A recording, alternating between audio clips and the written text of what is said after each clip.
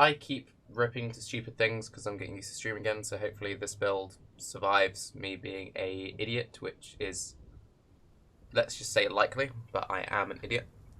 And this is probably going to look something like what my league starter next league will be. We don't know what the passive skill tree looks like, we don't know what the new skill gems will look like. I like bow builds. I don't know how long it's going to be until the beta comes out, so I want to get the most out of Legacy I can, so I don't really want to spend like the first week of Legacy on a starter build which I may not enjoy. So I just kind of want to go in playing what I like. That being said, this also gives me a pretty good opportunity to play around more with Path of Building, and the more I use it, the more I get used to it, the more I really, really enjoy this program. So, off the bat, I am a Deadeye. Why am I a Deadeye, despite all the praise I throw to Pathfinder and all the praise I throw to Raider? This is a Chaos Poison build. Yes, Tarke's making another one of those. My thought process being is that even though they are potentially adding elemental support to the right side of the tree in 2.6, we don't know how much they're adding, and until I see it, I can't really evaluate it. And also, it's one of those things of, even with the elemental support, with the skills that I want to play and single target that I like, I'm not actually sure how good it's even going to be. I really like Burning Arrow. I really like Volley Fire. Volley Fire might get some love, but it's just, until we see it, I can't really judge it. Now, that being said, I do actually really like Chain, and the more I think about Chain over Pierce, and with particular skill setups, I actually much prefer Chain. Now, you're going to go, but Tarke, you're already 3 points away from Pierce, so why would you ever pick Chain over Pierce? Right, so if you go Pierce, that means you're running a Drill Neck. If you're running a Drill Neck, that means you're running a Quiver with no crit chance and, 40 to 50 life. You're most likely going to get a shitty rolled one, so let's say 40 life. So, you're running a low life Quiver with no crit chance. If you have no crit chance on your Quiver, to get enough crits with these kinds of bow builds, you need to be running either a high crit base bow, which are generally expensive. Even with a Death's Opus, it's hard to get your crit chance particularly high unless you're an assassin. And that means you have to run a Rat's Nest. If you're running a Rat's Nest, that means you're using a helm with no life on it. Now you can see that this tree has 199% increased life on the tree, 3 life jewels, and I've worked this out with average gear, and it only has 5.8k HP at level 90. Now this, for reference, is using a lightning coil, and I'll get into that later. But this is low. For me, my threshold is 6 to 6.5k HP to feel safe, to feel strong. And it just kind of goes to show the awkwardness of life at the moment. But anyway, so by running Chain instead of Pierce, it allows you to run a crit Quiver with substantially more life. You can easily get a 90 life Quiver. I mean, you get more life on that slot, and the crit chance you get from the Quiver means you're not reliant on running a Rat's Nest in your helm, which means you then get to use a rare helm, which gives you even more life. It also makes it easier to chase enchants because you're then not tied to getting a Rat's Nest. If you have to, you can just get a shitty Hubris Circlet, because the only helm enchants people do these days are Hubris Circlets, and getting Tornado Shot projectiles or Barrage projectiles on a Rat's Nest is pretty rare because no one really enchants Rat's Nest anymore. So that makes that thing a whole lot easier. Another good thing about being a Deadeye is Deadeye just gets the most raw damage off the bat, which, for early characters with a bit of a budget, that really helps, right? So, you also get a bunch of proj speed. The proj speed makes running stuff like slower proj less dance game, because slower proj can feel really dance game. It also gives you a bunch of attack speed. You get a bunch of accuracy, because you get a bunch of accuracy from your ascendancy. It means you don't need to waste points getting shit like acuity or getting stuff like depth perception, which means you have awkward rooting. So it means you don't need to get accuracy on the tree. So that's pretty good. You get +1 additional projectile. +1 additional projectiles, as we all know, is broken. I'm planning this build around Tornado Shot, not Barrage. I've looked into quite a lot of math on forums and this and that, and Tornado Shot actually has better single target than Barrage from what I've seen. Correct me if I'm wrong, but from all the math, Tornado Shot just is better. The other good thing about Tornado Shot versus Barrage is Barrage has a natural spread on it, meaning that the second anything is medium to long distance, you miss most of your projectiles, which is what built this whole point blank face tanking playstyle of get point blank, face tank the boss. Now, this is fine if you have like 10k energy shield. When you have like 5.8k life and you're playing in hardcore, that feels Dan's game, but then you go with Tarke, you're missing out on point blank, which is so much deeps. Well, the good thing about Deadeye is you can rock fast shot, which gives you that deeps of point blank, but allows you to play at range. So you're not in this awkward situation of you're playing a kind of squishy evasion-based character, but trying to face tank to get the most out of your damage. This means that you're not forced into that playstyle, which is something I really like. So you can just drop your totem of choice, be it decoy or wither, and then stay to medium to long distance from anything that's scary. Seems good. So basically you get the most sort of bang for your buck with a early character with limited gear, which is kind of what will happen at the start of a league. You get chain, meaning you don't need to run pierce. Not having to run pierce means you can use a tankier quiver and helm, and it also means that you don't need to use pierce as a support gem, which is kind of shitty these days. Other than that, it's a pretty bog standard tree. You'll see that I go into both Ranger and Shadow start. Getting the starts is something that I've resisted for a long time, just because in the back of my head I'm used to that being seen as inefficient. But the starts of classes are just incredibly powerful. And it's also one of those things of this all double dips. So this is a 20% node, 20% node, 20% node, 22% node, 28% node. And that's ignoring the fizz damage. And we actually do some fizz damage, so it's even more than that. Same with all of these nodes. People in Twitch chat, I'm doing a live recording, so just sort of bear with me. People in YouTube, sorry about that. So that's sort of that. So the tree itself is fairly basic. Now, how do the skills work? Now, because we're not using pierce, it means we can go full offensive with our links on a 5 link, and then on 6 link you can run increased critical damage. So you get just more raw deeps than if you went pierce. Now obviously you need to work out the whole double dipping shenanigans, but this just sort of works out.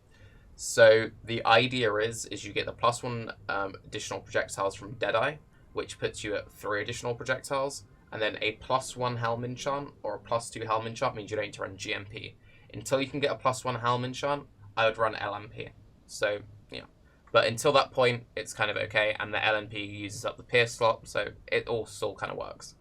Tornado Shot, added chaos, crit strikes, void manipulation, slower proj. The reason why we run the crit strikes with the Death's Opus is it's one of those things of it means we don't need to run to the Rat's Nest, meaning we can go more life elsewhere. I've tried cutting the crit strikes, and trust me, you just kind of want the crit strikes in there. I tried cutting it, I tried not cutting it. It's just kind of one of those things. Now, we are using a lightning coil, not a combs. The reason we're using a lightning coil over combs is I'm planning around limited currency, and combs are just annoying me at the moment because I'm getting really frustrated about how you're forced into running combs in a lot of builds, but I will do a health comparison with the two. Frenzy, blink arrow, faster attacks, power charge on crit, GMP.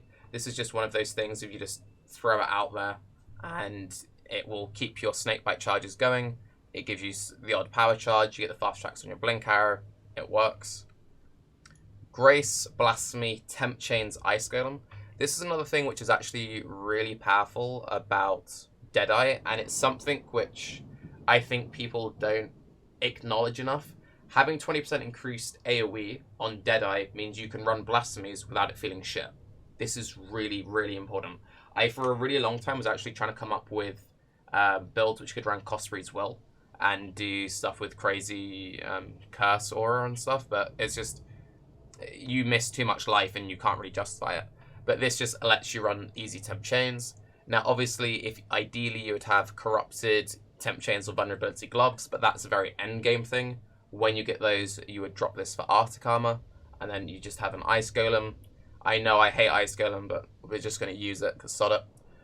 Decoy Totem, Val Haste, Val Lightning Trap, Increased Duration. Obviously, if you're going to be farming stuff like Uber at Zeri, if you're going to be going into Guardians with bad gear, if you're going to go into Shaper, you're going to want a Wither Totem. The problem with Wither Totem is you then suddenly need a whole bunch of extra int. So for like mapping up to tier 15s, you'll be alright with the Decoy Totem. It's defensively stronger because it actually taunts stuff off you. It's easier on the links and it's easier on the stat requirements. So with all of that in mind, I really like Decoy Totem.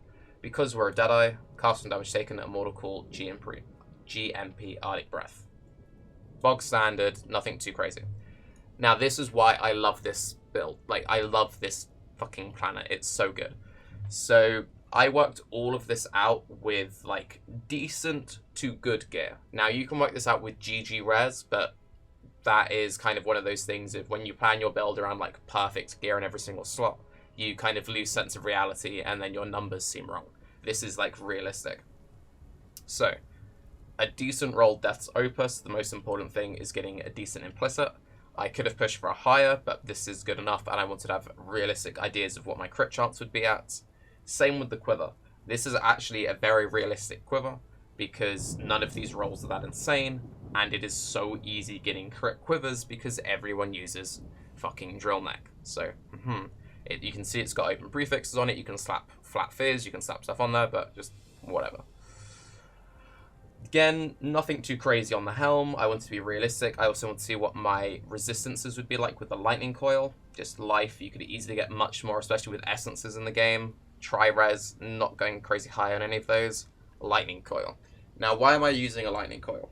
So, the reason why I'm using a lightning coil is I wanted to go full YOLO on my flasks. If you're not running a lightning coil, you need to run a Basil. I've tried Kintsugi. I just don't find it reliable enough because it gets procced at the wrong time and then you die. Lightning coil is I'm going to try and not use a Basil flask. So I can go more YOLO on my flasks, and I'll get into that later. Instead of a lightning coil, if you were to use a Belly of the Beast, for example, you'll see that you don't really get that much. So our life would go from 5.8 to 6.2. So the 400 life difference, you do get the extra resists, you don't have the minus, lightning res. I would rather have the physical mitigation because I would just rather, for the sake of only 400, I'd rather have the Fizzmit. Now, obviously, when you do this, you feel really bad about yourself and you kind of wish that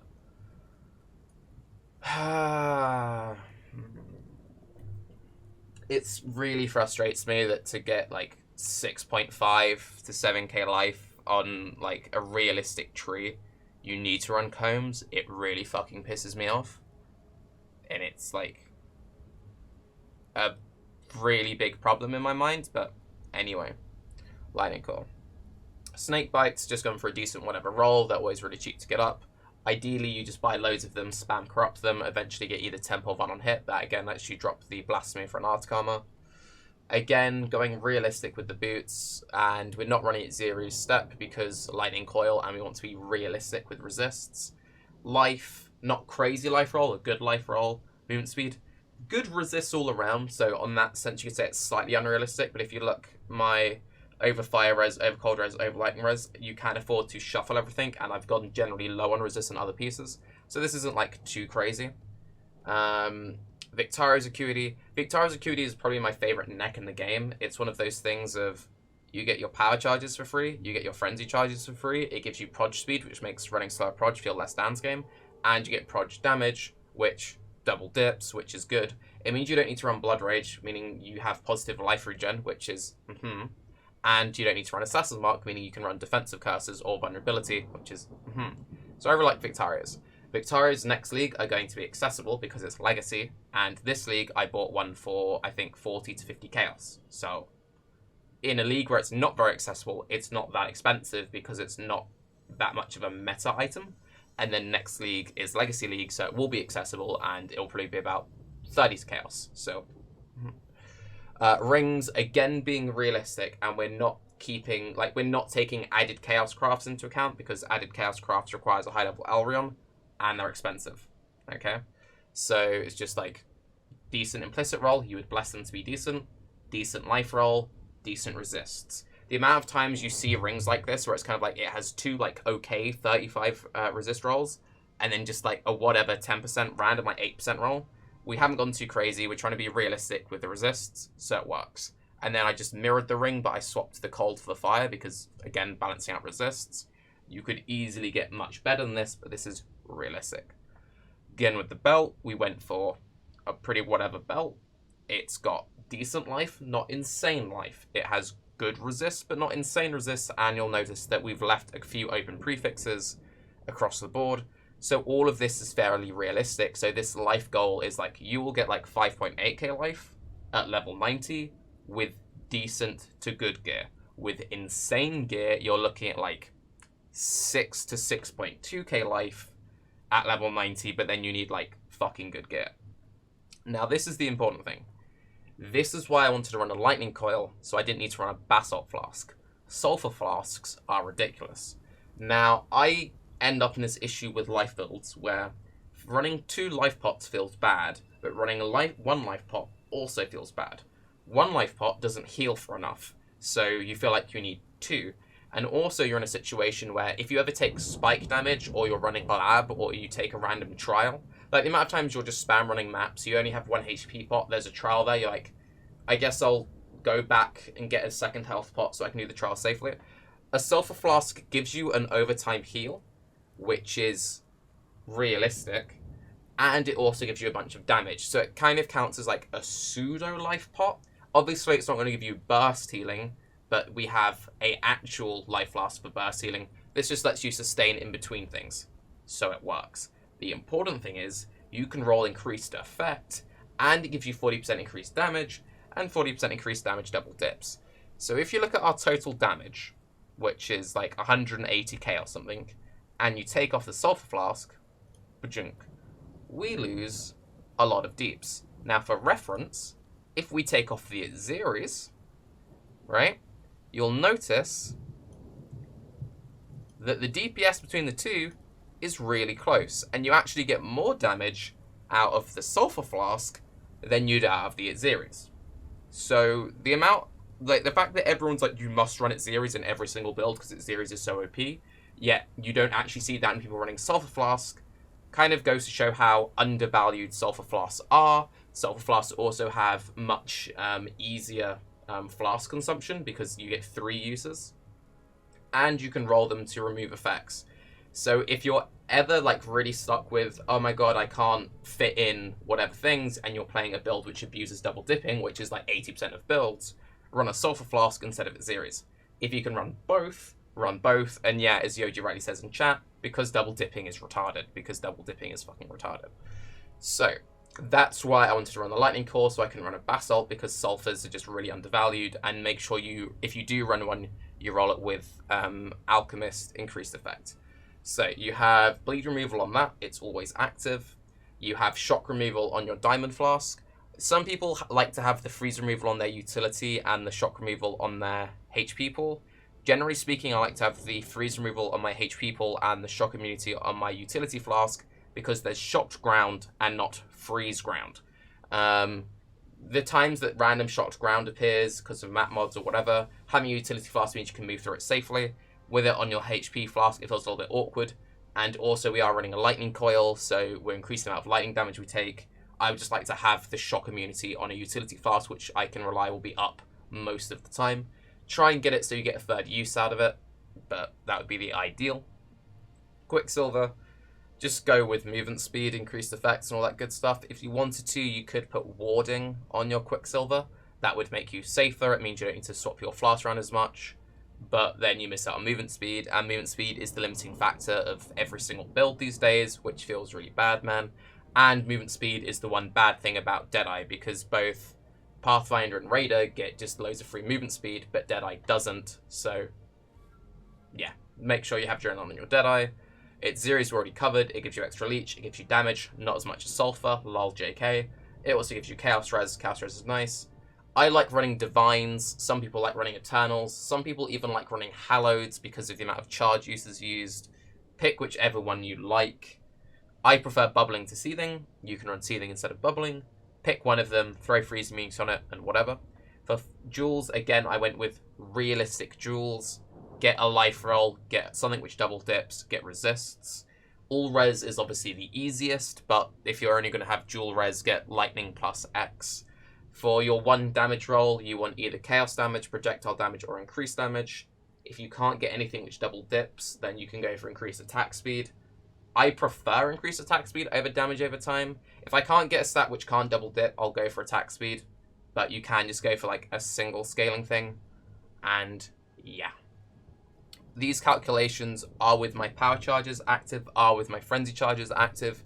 If you want to go touch yourself in the corner, you can also do this, because we run Var Lightning Trap, and then you can buy, numbers which are meaningless. meaningless numbers, but yeah. Without power charges and with our Diamond Flask off, we only have 57% crit chance. That is why we run increased crit strikes. With our Diamond Flask active, we go up to 78%. With our power charge active, we go up to 87.99. So, yes, that is the build. I'm Tarke. Have a good day. Bye-bye.